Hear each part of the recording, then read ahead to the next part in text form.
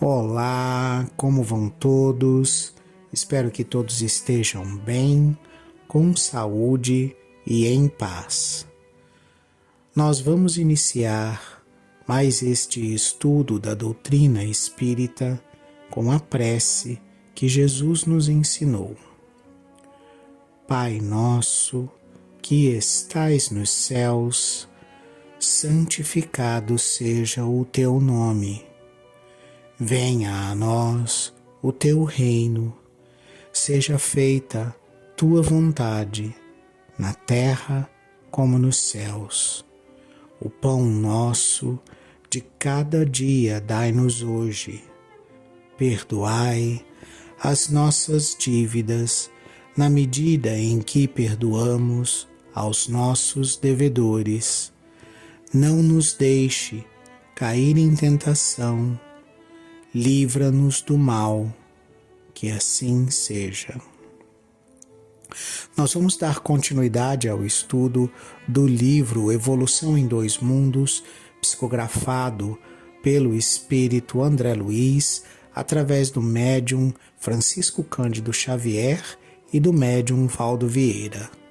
O tema que vamos estudar é luz e calor, e esse tema começa assim a leitura. Os mundos ou campos de desenvolvimento da alma, com as suas diversas faixas de matéria em variada expressão vibratória, ao influxo ainda dos tutores espirituais, são acalentados por irradiações luminosas e caloríficas, sem nos referirmos às forças de outra espécie que são arrojadas do espaço cósmico sobre a Terra e o homem, garantindo-lhes a estabilidade e a existência. Temos assim a luz e o calor, que teoricamente classificamos entre as irradiações nascidas dos átomos supridos de energia, se estes que, excitados na íntima estrutura, despedem as ondas eletromagnéticas.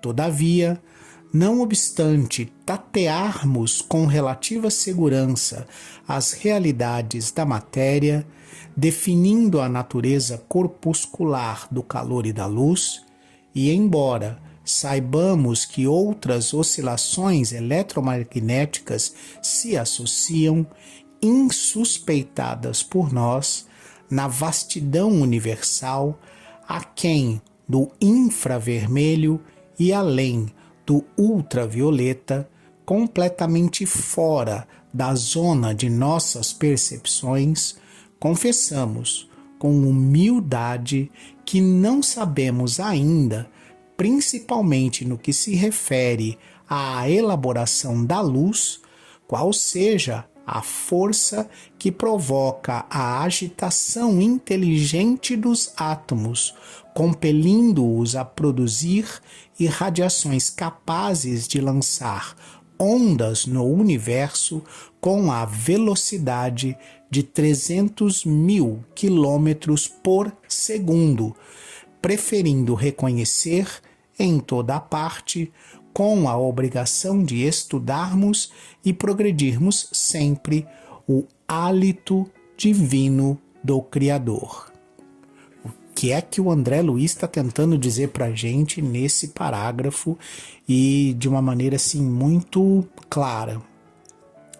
Primeiro, que a nossa percepção, a nossa condição de percepção dessas energias mais sutis, como é o caso de luz e calor, né, elas estão limitadas, porque a gente tenta compreendê-las ou capturá-las, né, dentro da nossa gama, do nosso início e fim, do nosso começo e fim de capacidade de percepção.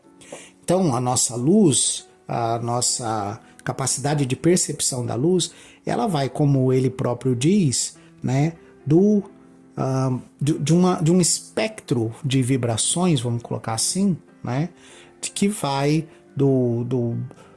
dali do infravermelho, né, que é a parte mais, vamos dizer assim, a menor capacidade, a menor faixa vibratória que a gente consegue observar, além do ultravioleta, que seria a faixa de frequência mais alta que a gente consegue observar.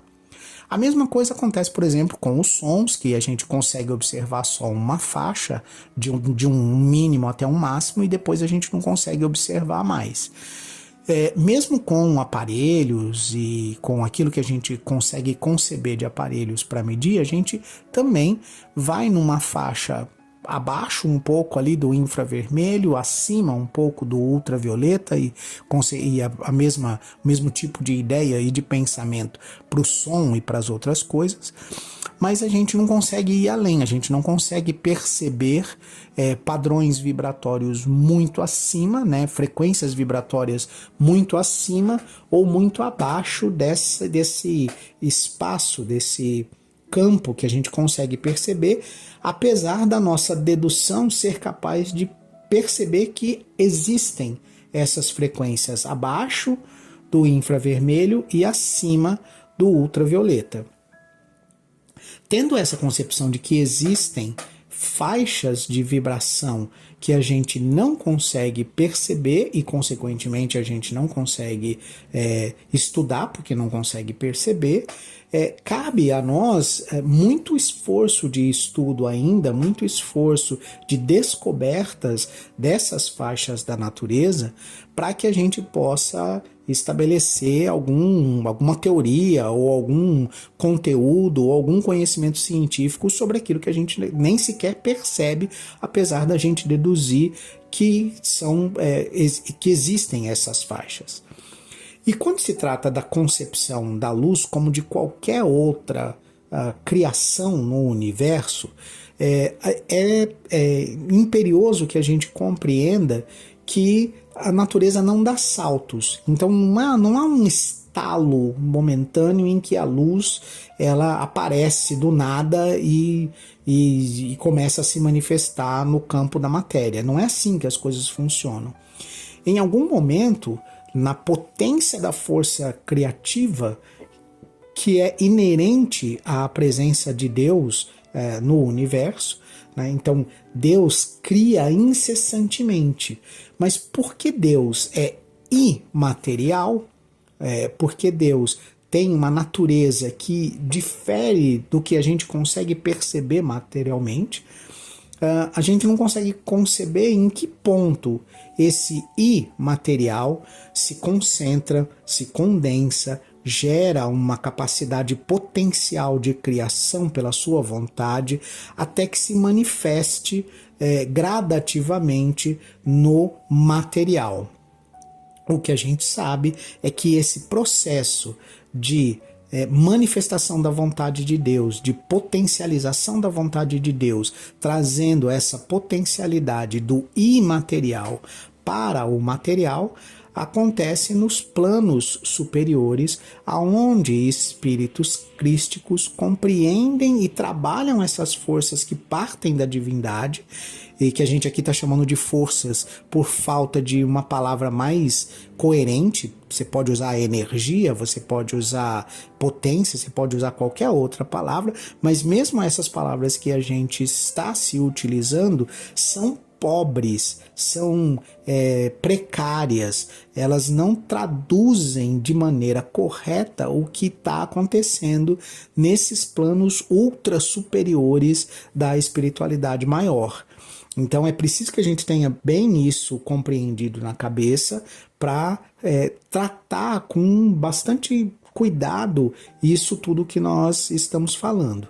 Então lá nesse plano ultra superior, esses espíritos crísticos, como Jesus, que é um dos espíritos crísticos que a gente conhece, né, trabalha com essa vontade de Deus, com essa potencialidade da vontade de Deus, condensando, por assim dizer, ou trazendo, ou fazendo com que ela se expresse do imaterial para o material. E nesse processo, a gente não consegue compreender como é que isso acontece. A gente não consegue detalhar isso, como é que isso acontece. Mas a gente sabe, pelas revelações que a espiritualidade nos trouxe até agora, que é assim que as coisas acontecem nessa cocriação em plano maior. Dito isso, isso feito, essas irradiações que ainda não é a luz, ainda não é o calor, mas é como uma transição de irradiação luminosa e calorífica que está vindo do plano e do reino imaterial para o material, né, para aquilo que a gente consegue conceber e compreender, vai gradativamente ganhando corpo e força e densidade para que seja percebido primeiro nas esferas mais superiores, lá onde estão os espíritos já puros, depois para aqueles espíritos que já são esclarecidos e espíritos bons, e assim gradativamente vai sendo trazido até que chega na condição em que nós, espíritos ainda em provas e expiações, conseguimos compreender e capturar, por assim dizer, estudar, né, perceber através dos nossos equipamentos, dos nossos instrumentos e dos nossos sentidos essas irradiações luminosas e caloríficas das quais a gente compreende a luz que nós entendemos como luz e o calor que nós compreendemos como calor, como suas manifestações iniciais. Dito isso feito, a gente precisa compreender que à medida que nós vamos evoluindo na escala espiritual e, consequentemente, adquirindo mais moral, adquirindo mais intelectualidade, adquirindo mais conhecimento, as nossas capacidades de construir ou de perceber essas vibrações vão aumentando. Então, dentro da nossa concepção, da nossa capacidade de entendimento, o que vai acontecer quando o planeta passar de provas e expiações para um local onde espíritos em regeneração passam a habitar. Esses espíritos em regeneração, eles já não têm tantas vicissitudes, eles já não têm tantas dificuldades.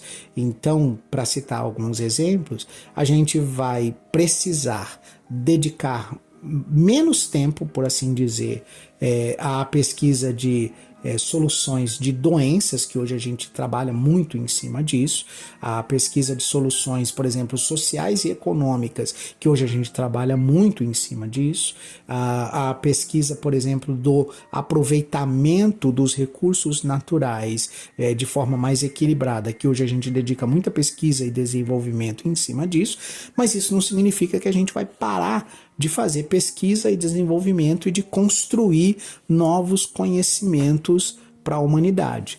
E, portanto, os nossos esforços vão estar voltados para outros campos de estudo que atualmente a gente não tem voltado os nossos esforços. Então, para falar de coisas que são relacionadas ao estudo da doutrina espírita, é muito provável que nesse momento de transição em que a gente começa a olhar e a pensar como espíritos em regeneração, aonde o bem em nós, o bem que nós fazemos, o bem com os quais a gente se relaciona, começa a se equiparar até se sobrepor ao mal que ainda reside em nós e que a gente vai gradativamente eliminando, né, e removendo.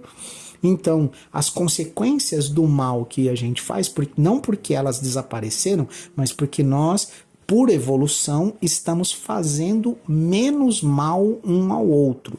E na medida em que a gente faz menos mal um ao outro, a gente vai dedicar menos tempo de pesquisa a resolver as consequências desse mal, a resolver, por exemplo, as consequências psiquiátricas, psicanalíticas, sociais, econômicas do mal que a gente faz entre nós. Com isso, a gente vai dedicar o nosso tempo de pesquisa e conhecimento para áreas mais espiritualizadas, como, por exemplo, a psicossomática, a mediunidade, a transmissão do pensamento, a leitura e o registro de pensamentos, né? Então esse processo de evolução vai fazer com que a gente tenha cada vez equipamentos mais sutis para perceber essas manifestações, como são as manifestações da mediunidade do pensamento. E com esses aparelhos é que a gente vai conseguir começar a compreender o que são essas irradiações luminosas e caloríficas que vão acabar se transformando em luz e calor, e consequentemente nós também vamos compreender o que são as irradiações do nosso pensamento. É isso que a gente precisa compreender em matéria de evolução. Quanto mais a gente deixa de fazer o mal e pratica o bem, menos tempo a gente vai precisar dedicar às consequências do mal, porque ele vai estar em uma quantidade menor, e consequentemente mais tempo a gente vai dedicar ao bem e à construção do conhecimento em torno do bem. Eu espero que tenha ficado claro aí a nossa explicação, né? Porque o objetivo é que a gente, em algum momento de nossa evolução, a gente alcance a compreensão para perceber esse, como o André Luiz chama, né? Esse hálito divino do Criador que envolve toda a criação, todo o universo, inclusive a nós mesmos. Sigamos na leitura. Cocriação em plano menor. Em análogo alicerce às inteligências humanas que ombreiam conosco, utilizam o mesmo fluido cósmico em permanente circulação no universo para a cocriação em plano menor, assimilando os corpúsculos da matéria com a energia espiritual que lhes é própria, formando assim o veículo fisiopsicossomático em que se exprimem ou cunhando as civilizações que abrangem no mundo a humanidade encarnada e a humanidade desencarnada, dentro das mesmas bases, plasmam também os lugares entenebrecidos pela purgação infernal, gerados pelas mentes desequilibradas ou criminosas nos círculos inferiores e abismais, e que valem por aglutinações de duração breve no microcosmo em que estagiam, sob o mesmo princípio de comando mental com que as inteligências maiores modelam edificações macroscópicas que desafiam a passagem dos milênios. Cabe-nos assinalar desse modo que, na essência, toda a matéria é energia tornada visível e que toda a energia originariamente é força divina de que nos apropriamos para interpor os nossos propósitos aos propósitos da criação, cujas leis nos conservam e prestigiam o bem praticado, constrangendo-nos a transformar o mal de nossa autoria no bem que devemos realizar, porque o bem de todos é o seu eterno princípio. Compete-nos, pois, anotar que o fluido cósmico ou plasma divino é a força em que todos vivemos nos ângulos variados da natureza, motivo pelo qual já se afirmou, e com toda a razão, que em Deus nos movemos e existimos. O que é que o André Luiz está tentando dizer com tudo isso aqui que ele acabou de nos colocar? Primeiro, que vamos entender isso, né? semelhante à cocriação em plano maior, que é regida por esses espíritos crísticos e completamente esclarecidos, existe gradativamente descendo na escala espírita para espíritos bons, para espíritos em regeneração, para espíritos em provas e expiações, conforme você vai descendo nessa escala evolutiva da espiritualidade para demonstrar em que grau cada um de nós está, cada um de nós é também uma força geradora. Individualmente e coletivamente somos forças geradoras e criadoras e temos essa capacidade de criar em plano menor. Então essa cocriação em plano menor é a atmosfera que nós, enquanto indivíduos, criamos ao nosso redor e também a atmosfera que nós, enquanto sociedade, criamos ao nosso redor. Óbvio que essa criação nossa, ela está numa escala hierárquica abaixo, inferior a essa criação em plano maior e a esses graus de criação que vão gradativamente subindo até chegarmos a espírito crístico. E exatamente por isso ela tem limites, ela não tem potência para ultrapassar limites de escalas superiores. É da lei que aquele espírito que é mais esclarecido tenha, de alguma maneira, como a gente pode chamar, uma influência espiritual maior sobre aqueles espíritos que estão em uma condição inferior.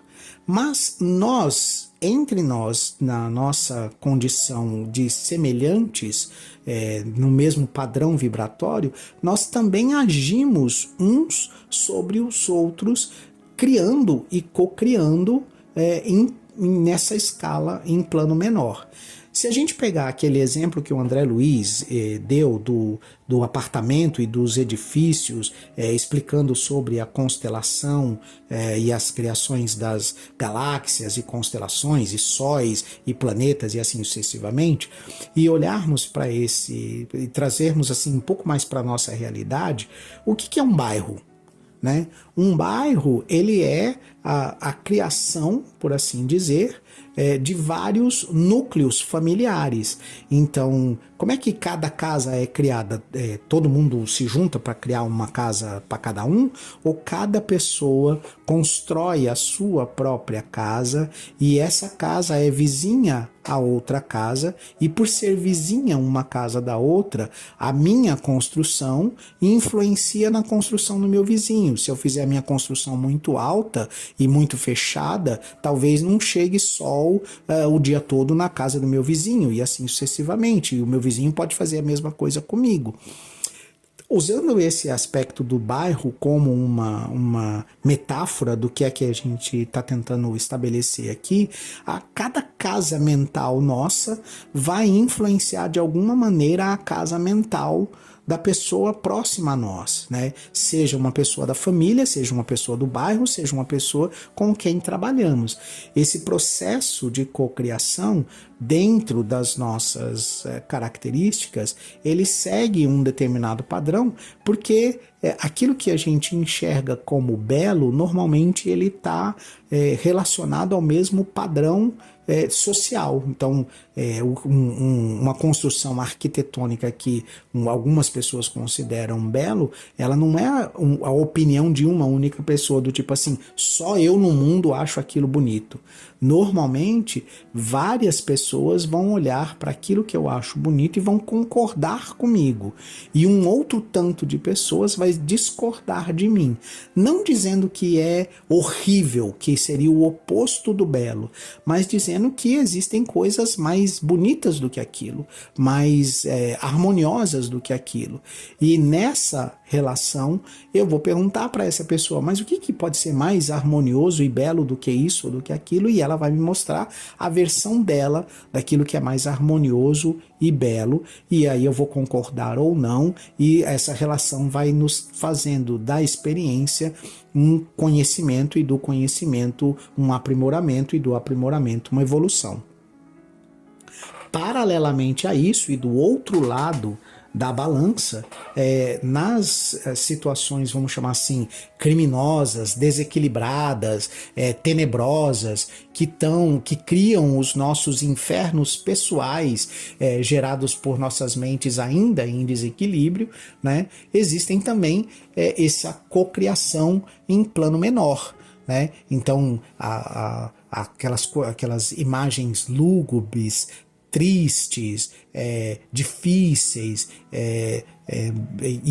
e sombrias, elas são resultado de uma criação individual, dessa mente desequilibrada e desajustada com as leis divinas, e também da soma dessas mentes. Aquele ambiente ao redor vai acabar formando um ambiente psíquico desequilibrado, da mesma forma que a gente vê ambientes físicos completamente desequilibrados e desarmoniosos por conta da concentração de mentes que estão em desequilíbrio e desarmonia com a lei divina. Eu espero que, apesar da explicação ter ficado longa, ela tenha ficado clara de como a nossa mente e o nosso pensamento são capazes de criar não só o ambiente material em que a gente vive, né? Então, a cor que eu vou pintar a minha casa ou o meu muro e assim sucessivamente, mas também a cor com a qual eu vou pintar os meus pensamentos e expressar a minha maneira de ser, de agir através dos meus pensamentos e das minhas palavras. E como isso atrai pessoas na mesmo padrão vibratório e na mesma frequência, da mesma forma que acontece com luz e calor. É basicamente isso aqui que o André Luiz está tentando colocar para a gente, né? Que é essa nossa responsabilidade de cocriação em plano menor, construindo individualmente, dando a nossa contribuição para construir um planeta cada vez melhor. Eu me despeço de vocês, convidando-os para o próximo episódio com a prece que Jesus nos ensinou. Pai nosso, que estais nos céus, santificado seja o teu nome. Venha a nós o teu reino, seja feita a tua vontade, na terra como nos céus. O pão nosso de cada dia dai-nos hoje. Perdoa, Senhor, as nossas dívidas, na medida em que perdoamos aos nossos devedores. Não nos deixe cair em tentação, livra-nos no mal, que assim seja.